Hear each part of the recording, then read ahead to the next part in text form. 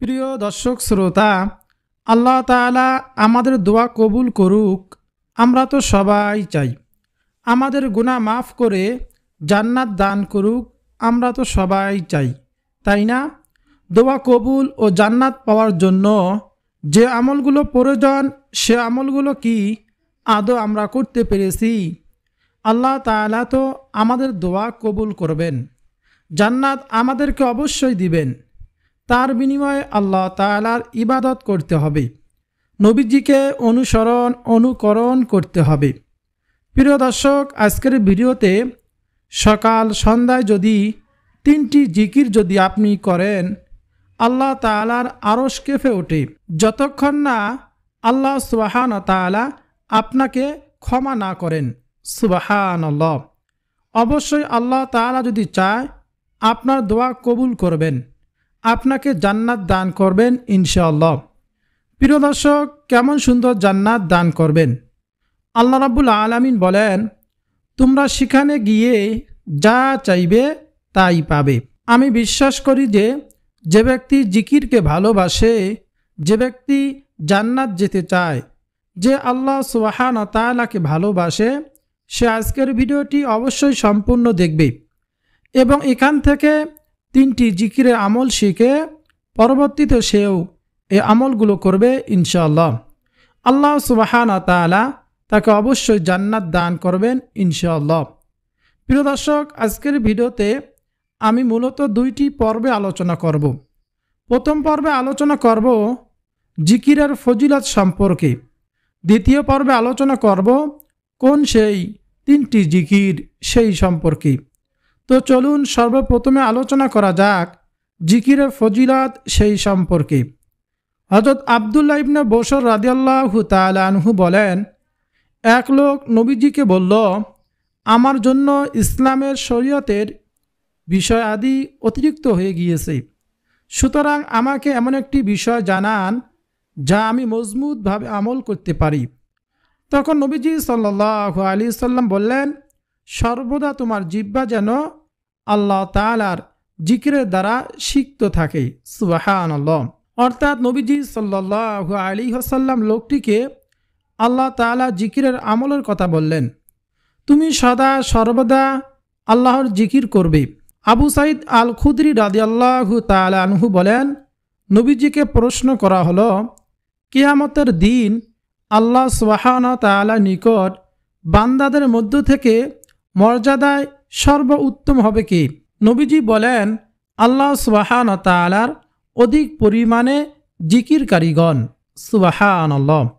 প্রিয় দর্শক, আবু দারদা রাদিয়াল্লাহু তাআলা আনহু বলেন, নবীজি বলেছেন, আমি তোমাদেরকে তোমাদের অধিক উত্তম কাজ প্রসঙ্গে জানাবো না, যা তোমাদের মনিবের নিকট সবচেয়ে পবিত্র, তোমাদের সম্মানের দিক থেকে সবচেয়ে উঁচু, স্বর্ণ ও রৌপ্য দান খয়রাত করার চেয়েও বেশি ভালো, এবং তোমাদের শত্রুর মোকাবেলায় অবতীর্ণ হয়ে তাদেরকে হত্যা করা কিংবা শহীদ হওয়া থেকে অতি উত্তম। তখন সাহাবায়ে কিরাম বললেন, হ্যাঁ, বলুন ইয়া রাসূলুল্লাহ। নবীজি সাল্লাল্লাহু আলাইহি সাল্লাম বললেন, সেটি হলো আল্লাহ সুবহানাহু ওয়া তাআলার জিকির। সুবহানাল্লাহ। প্রিয় দর্শক, এই হাদিসে নবীজি সাল্লাল্লাহু আলাইহি ওয়াসাল্লাম আল্লাহ সুবহানাহু ওয়া তাআলার জিকিরের 5টি ফায়দা ও শ্রেষ্ঠত্বর কথা বলেছেন। সেগুলো হলো, 1. জিকির হলো সর্বোত্তম আমল। 2. জিকির আল্লাহ সুবহানাহু ওয়া তাআলার কাছে সবচেয়ে পবিত্র আমল। 3. আল্লাহ তাআলা জিকিরের ফলে সম্মান বৃদ্ধি পায়। সুবহানাল্লাহ। 4. জিকির করা স্বর্ণ রৌপ্য দান করার চাইতেও উত্তম। 5. জিকির করা জিহাদের শহীদ হওয়ার চেয়েও ভালো। সুবহানাল্লাহি ওয়া বিহামদিহি। এই হাদিসের শেষে হযরত মুআজ ইবনে জাবাল রাদিয়াল্লাহু তাআলা আনহু বলেন, আল্লাহ তাআলার শাস্তি থেকে মুক্তি পাওয়ার জন্য আল্লাহ তাআলা জিকিরের তুলনায় অগ্রগণ্য কোনো জিনিস নেই। অর্থাৎ যে যত জিকির করবে সে তত বেশি আল্লাহ সুবহানাহু ওয়া তাআলার আযাব গজব থেকে দূরে থাকবে। সুবহানাল্লাহ। প্রিয় দর্শক, কিয়ামতের দিন অধিক জিকিরকারীগণ সবার আগে আগে জান্নাতে অগ্রসর হয়ে যাবে। জিকিরের ব্যাপারে সবচেয়ে সুন্দর একটি হাদিস হলো, আবু হুরায়রা রাদিয়াল্লাহু তাআলা আনহু বলেন, আল্লাহর একদল ফেরেশতা আছেন যারা আল্লাহ সুবহানাহু ওয়া তাআলার জিকিররত লোকদের খোঁজে পথে পথে ঘুরে বেড়ান। যখন তারা কোথাও আল্লাহ তাআলার জিকিররত লোকদেরকে দেখতে পান, তখন ফেরেশতারা পরস্পরকে ডাক দিয়ে বলেন, তোমরা আপন আপন কাজ করার জন্য এগিয়ে আসো। তখন তারা তাদের ডানাগুলো দিয়ে সেই লোকদেরকে ঢেকে ফেলেন নিকটবর্তী আকাশ পর্যন্ত। তখন আল্লাহ সুবহানাহু ওয়া তাআলা তাদেরকে জিজ্ঞাসা করেন, আমার বান্দারা কি বলছে? তখন ফেরেশতারা বলেন, তারা আপনার পবিত্রতা বর্ণনা করছে, তারা আপনার শ্রেষ্ঠত্বর ঘোষণা দিচ্ছে, তারা আপনার গুণগান করছে এবং তারা আপনার মহত্ব প্রকাশ করছে। তখন আল্লাহ তাআলা জিজ্ঞাসা করবেন, তারা কি আমাকে দেখেছে? তখন ফেরেশতারা বলবে, হে আমার প্রতিপালক, আপনার শপথ, তারা আপনাকে দেখেনি। আল্লাহ সুবহানাহু ওয়া তাআলা বলবেন, আচ্ছা, তবে যদি তারা আমাকে দেখত? তখন ফেরেশতারা বলবেন, যদি তারা আপনাকে দেখত তবে তারা আরও অধিক পরিমাণে আপনার ইবাদত করত, আরও অধিক পরিমাণে আপনার মহত্ব ঘোষণা করত, আরও অধিক পরিমাণে আপনার পবিত্রতা বর্ণনা করত। তখন আল্লাহ তাআলা বলবেন, তারা আমার কাছে কি চায়? তখন ফেরেশতারা বলবেন, এ আল্লাহ, তারা আপনার কাছে জান্নাত চায়।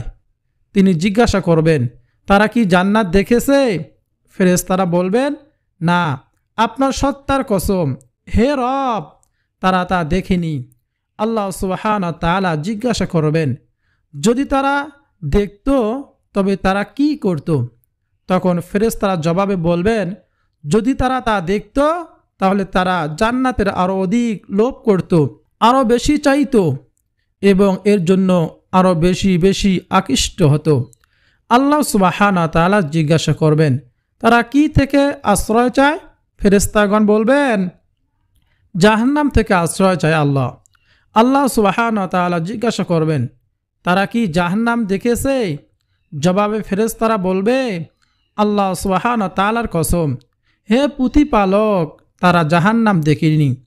আল্লাহ সুবহানাহু ওয়া তাআলা ফেরেশতাদেরকে আবার জিজ্ঞাসা করবেন, যদি তারা তা দেখত তখন তাদের কি হতো?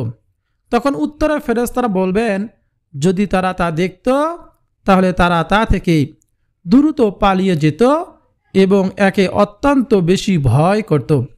তখন আল্লাহ তাআলা বলবেন, আমি তোমাদেরকে সাক্ষী রাখছি, আমি তাদের ক্ষমা করে দিলাম। সুবহানাল্লাহি ওয়া বিহামদিহি।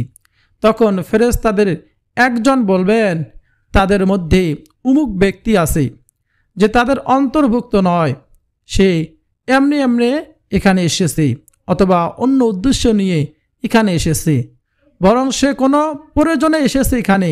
আল্লাহ সুবহানাহু ওয়া তাআলা বলবেন, তারা এমনই উপনিবেশকারী যাদের মজলিসে বেমুখ হয় না। সুবহানাল্লাহ। সুতরাং যারা কোনো মজলিসে আসে না বরং অন্য কাজে আসে এবং মজলিসের পাশে বসে, তাদেরকেও আল্লাহ সুবহানাহু ওয়া তাআলা ক্ষমা করে দিবেন। সুতরাং যারা মসজিদে এসে দাঁড়িয়ে থাকেন, মাহফিলে এসে দাঁড়িয়ে থাকেন, তাদের উচিত যে কোনোভাবে বসে যাওয়া, তাহলে আল্লাহ সুবহানাহু ওয়া তাআলা ক্ষমা করে দিবেন। বলুন সুবহানাল্লাহ। প্রিয় দর্শক শ্রোতা, আপনি জিকিরের আমল করার জন্য এই আপনার মহামূল্যবান সময় ব্যয় করে এই ভিডিওটি দেখতেছেন, আমলের নিয়ম শিখতেছেন। আল্লাহ সুবহানাহু ওয়া তাআলা আপনার এই সময়টুকু ব্যয় করার জন্য আল্লাহ সুবহানাহু ওয়া তাআলা আপনাকেও ক্ষমা করে দিতে পারেন। বলুন সুবহানাল্লাহ। যদি আপনার নিয়ত ঠিক থাকে, বলুন সুবহানাল্লাহ। আল্লাহ সুবহানাহু ওয়া তাআলা পবিত্র কোরআন মাজিদে বলেন, হে মুমিনগণ, তোমরা আল্লাহকে অধিক পরিমাণে স্মরণ করো এবং সকাল বিকাল আল্লাহ তাআলার পবিত্রতা বর্ণনা করো। আল্লাহ তাআলা পবিত্র কোরআন মাজিদে আরও বলেন, অধিক পরিমাণে জিকিরকারী পুরুষ, জিকিরকারী নারী, তাদের জন্য আল্লাহ সুবহানাহু ওয়া তাআলা প্রস্তুত রেখেছেন ক্ষমা ও মহা পুরস্কার। সুবহানাল্লাহ। আল্লাহ সুবহানাহু ওয়া তাআলা আরও পবিত্র কোরআন মাজিদে বলেন, তোমরা আমাকে স্মরণ করো আমি তোমাদেরকে স্মরণ করব এবং শুকরিয়া গুজারি করো না, শুকরিয়া করো না। আল্লাহ সুবহানাহু ওয়া তাআলা জিকির হচ্ছে যাবতীয় ইবাদতের রূহ। আবু উসমান রাদিয়াল্লাহু তাআলা আনহু বলেন, পবিত্র কোরআন মাজিদে ওয়াদা অনুযায়ী যখন কোনো বান্দা বান্দি আল্লাহ তাআলাকে স্মরণ করে তখন আল্লাহ তাআলা তাকে স্মরণ করেন। সুবহানাল্লাহ, আল্লাহু আকবার। হযরত আবু হুরায়রা রাদিয়াল্লাহু তাআলা আনহু বলেন, রাসূলুল্লাহ সাল্লাল্লাহু আলাইহি ওয়াসাল্লাম বলেছেন, আল্লাহ তাআলা 7 ব্যক্তিকে আরশের ছায়ায় স্থান দিবেন। ওই ব্যক্তি যে একান্তে আল্লাহকে স্মরণ করেছে এবং তার চোখ থেকে অশ্রু প্রবাহিত হয়েছে। সুবহানাল্লাহ। হযরত আবু সাঈদ খুদরি রাদিয়াল্লাহু তাআলা আনহু বলেন, আল্লাহ রসুল সাল্লাল্লাহু আলাইহি ওয়াসাল্লাম বলেছেন, আল্লাহর জিকির এত বেশি করতে থাকো যে লোকেরা যেন পাগল বলে। সুবহানাল্লাহ। প্রিয় দর্শক, এতক্ষণ আমরা জানলাম জিকিরের ফজিলত সম্পর্কে। আরও অনেক অনেক ফজিলত রয়েছে, যেগুলো বিস্তারিত আলোচনা করলে ভিডিওটি অনেক লং হয়ে যাবে। প্রিয় দর্শক, এখন আলোচনা করব কোন 3টি জিকির সেই সম্পর্কে। সর্বপ্রথম জিকিরটি হলো আবু হুরায়রা রাদিয়াল্লাহু তাআলা আনহু, তিনি বলেন, নবীজি বলেছেন, কোনো বান্দা ঈমানের সাথে লা ইলাহা ইল্লাল্লাহ লা ইলাহা ইল্লাল্লাহ বলবে, তার জন্য আরশের সকল দরজা খুলে দেওয়া হয়। সুবহানাল্লাহ। ফলে উক্ত কালিমা আরশে আজিম পর্যন্ত পৌঁছায়া যায়। আর লা ইলাহা ইল্লাল্লাহ এমন একটি জিকির যা সব সময় করা যায়, ঠোঁট নাড়ানো ছাড়া পড়া যায়। তাই মানুষের সামনে বসে থাকলেও এই জিকিরটি করতে পারবেন। আল্লাহ সুবহানাহু ওয়া তাআলাকে খুশি করার জন্য পড়বেন, তাহলে আসমানের সকল দরজা আপনার জন্য খুলে যাবে। আর এই লা ইলাহা ইল্লাল্লাহ একেবারে যে আল্লাহ সুবহানাহু ওয়া তাআলার আরশে ধাক্কা লাগবে আর আল্লাহ সুবহানাহু ওয়া তাআলার আরশ কাঁপতে থাকবে। তখন আল্লাহ সুবহানাহু ওয়া তাআলা জিজ্ঞাসা করবেন, এ আরশ তুমি কাঁপছো কেন? তখন আরশে খুঁটিটি বলবে, হে আল্লাহ, অমুক ব্যক্তি লা ইলাহা ইল্লাল্লাহ জিকির করেছে, আপনার মহত্ব প্রকাশ করেছে। আল্লাহ তাআলা আপনি তাকে ক্ষমা করে দিন। যতক্ষণ না পর্যন্ত ক্ষমা করবেন ততক্ষণ পর্যন্ত আমি থামব না। আল্লাহ সুবহানাহু ওয়া তাআলা বলবেন, তুমি থামো, তোমাকে সাক্ষী রাখলাম, আমি তাকে ক্ষমা করে দিলাম। বলুন সুবহানাল্লাহ। নবী মুসা আলাইহিস সালাতু ওয়াস সালাম আল্লাহ সুবহানাহু ওয়া তাআলাকে বললেন, হে আল্লাহ, আপনি আমাকে এমন একটি বাক্য শিখিয়ে দিন যার দ্বারা আপনি আপনার জিকির করব, আপনাকে স্মরণ করব। তখন আল্লাহ সুবহানাহু ওয়া তাআলা বললেন, হে নবী মুসা, তুমি বলো লা ইলাহা ইল্লাল্লাহ। তখন মুসা আলাইহিস সালাতু ওয়াস সালাম আল্লাহ সুবহানাহু ওয়া তাআলাকে বললেন, হে আল্লাহ, এই জিকিরটি তো সবাই পড়তে পারে, সবাই জিকির করে, আমি চাইছি স্পেশাল একটি জিকির। তখন আল্লাহ তাআলা বললেন, হে নবী মুসা, এই জিকিরটিকে তুমি ছোট মনে করিও না। এই জিকিরটি এতই সম্মান, এতই দাম, 7 আসমান জমিন সকল সৃষ্টিকুলকে যদি এক পাল্লা উঠায় দেওয়া হয়, আল্লাহ ইলাহা ইল্লাল্লাহ অপর পাল্লা উঠায় দেওয়া হয়, এই লা ইলাহা ইল্লাল্লাহ এর পাল্লা ভারী হয়ে যাবে। বলুন সুবহানাল্লাহ। এজন্য আমরা হাঁটতে চলতে উঠতে ফিরতে আমরা যখনই কাজ করব, বিশেষ করে মা বোনেরা রান্নাঘরে কাজ করবেন, সংসারে কাজ করবেন, আমরা যারা অফিস করি, ব্যবসা করি, আমরা দোকানে থাকি, আমরা মনে মনে ঠোঁট নাড়িয়ে এই লা ইলাহা ইল্লাল্লাহ লা ইলাহা ইল্লাল্লাহ জিকিরটি বেশি বেশি করব। হযরত আনাস রাদিয়াল্লাহু তাআলা আনহু বলেন, নবীজি সাল্লাল্লাহু আলাইহি ওয়াসাল্লাম বলেছেন, কিয়ামতের দিন আল্লাহ তাআলা বলবেন, হে মুহাম্মদ, সৃষ্টির মধ্য হতে আপনার উম্মদের মধ্যকার এমন ব্যক্তিকে জান্নাতে প্রবেশ করান যে ব্যক্তি একদিন হলেও ইখলাসের সঙ্গে এই সাক্ষ্য দিয়েছে যে আল্লাহ ছাড়া কোনো ইলাহ নাই এবং এর উপর মৃত্যুবরণ করেছে। পরিশেষে যে ব্যক্তি সব সময় লা ইলাহা ইল্লাল্লাহ জিকির করবে, আল্লাহ তাআলা তাকে ঈমানের সঙ্গে মৃত্যু নসিব করবেন। সুবহানাল্লাহ। হযরত মুআজ রাদিয়াল্লাহু তাআলা আনহু বলেন, রাসূলুল্লাহ সাল্লাল্লাহু আলাইহি ওয়াসাল্লাম বলেছেন, যে ব্যক্তি খালেস অন্তরে একনিষ্ঠতার সঙ্গে লা ইলাহা ইল্লাল্লাহ বলবে, সে জান্নাতে প্রবেশ করবে। সুবহানাল্লাহ। এরপর দ্বিতীয় নম্বর যে জিকিরটির কথা বলবো তা হলো ইবনে উমর রাদিয়াল্লাহু তাআলা আনহু তিনি বলেন, একদিন আমরা রাসূলুল্লাহ সাল্লাল্লাহু আলাইহি সাল্লামের সাথে নামাজ পড়ছিলাম। সে সময় সমাগত লোকদের মাঝে হতে এক লোক বলল, আল্লাহু আকবার কাবীরা ওয়ালহামদুলিল্লাহি কাসীরা ওয়া সুবহানাল্লাহি বুকরাতাও ওয়া আসীলা। আমি আবারও বলছি, আল্লাহু আকবার কাবীরা ওয়ালহামদুলিল্লাহি কাসীরা ওয়া সুবহানাল্লাহি বুকরাতাও ওয়া আসীলা। তখন নবীজি বললেন, এই বাক্যটি কে বলেছে? উপস্থিত লোকদের মাঝে এক লোক বলল, আমি ইয়া রাসূলুল্লাহ, আমি বলেছি। তখন রাসূলুল্লাহ সাল্লাল্লাহু আলাইহি সাল্লাম বললেন, এ দোয়ায় আমি খুব আশ্চর্য হয়েছি। এ বাক্যগুলোর জন্য আকাশের দরজাগুলো খুলে দেওয়া হয়েছে। হযরত ইবনে উমর রাদিয়াল্লাহু তাআলা আনহু বলেন, নবীজির এর কাছে আমি এ কথা শোনার পর থেকে কখনো তা পাঠ করা পরিহার করিনি।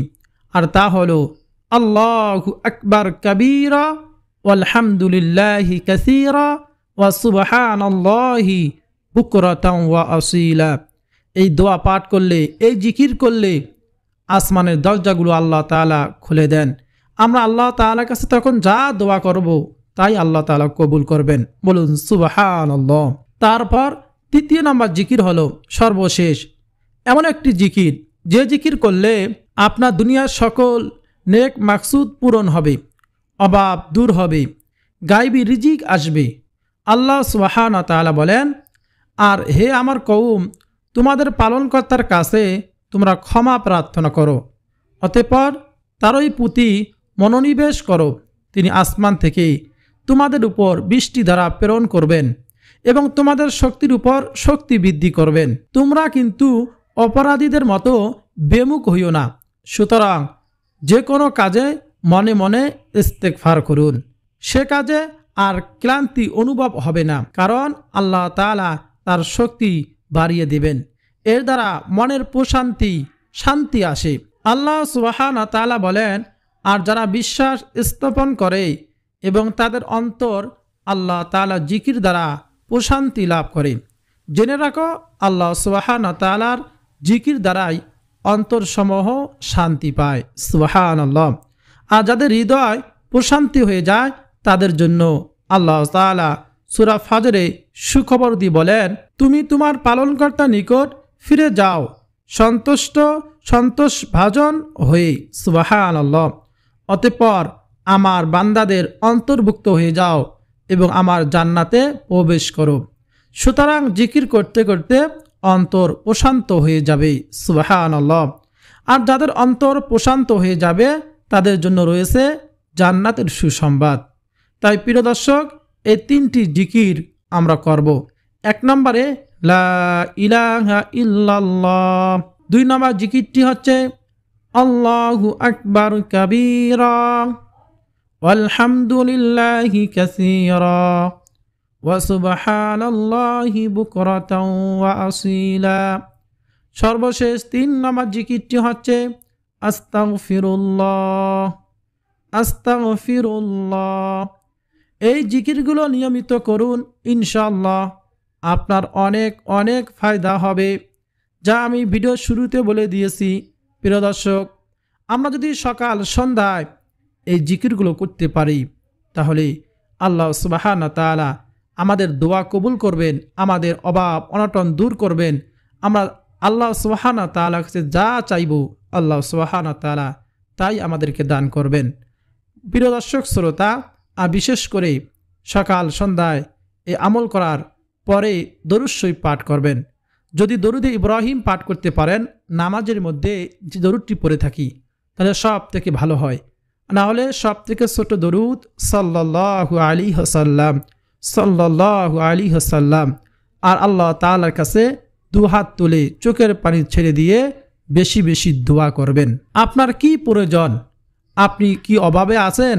আপনার দুঃখ কষ্ট একমাত্র আল্লাহ তাআলা সকল সমস্যা সমাধান করে দিতে পারে, সকল রোগ থেকে মুক্তি দিতে পারে, সকল অভাব অনটন দূর করে দিতে পারে, ঋণ পরিশোধের ব্যবস্থা করে দিতে পারে, সংসারে অশান্তি দূর করে দিতে পারে একমাত্র আল্লাহ সুবহানাহু ওয়া তাআলা। এজন্য আমরা বেশি বেশি আল্লাহ তাআলার ইবাদত করব, নবীজিকে অনুকরণ সুন্নতগুলো মেনে চলব, আর বেশি বেশি জিকির করব। তাহলে আল্লাহ তাআলার কাছে যা চাইব আল্লাহ তাআলা তাই আমাদেরকে দান করবেন এবং আমাদেরকে সুখময়, শান্তিময়, সম্মানিত জিন্দেগি দান করবেন, দুনিয়া এবং আখিরাতে কল্যাণ দান করবেন। বলুন সুবহানাল্লাহ। প্রিয় দর্শক, ভিডিওটি যদি আপনার উপকারে আসে অবশ্যই ভিডিওতে লাইক করবেন, কমেন্টে আমিন লিখবেন, আর চ্যানেলটি সাবস্ক্রাইব করে রাখবেন।